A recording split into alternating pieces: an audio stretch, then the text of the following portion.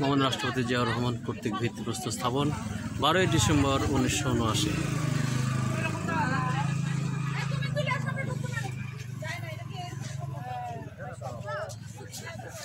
দেখুন এই সাইডটা ভিউটা আমি দেখাই।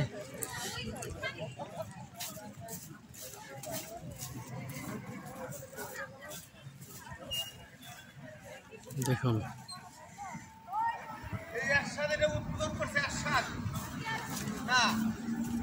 এই যে দেখুন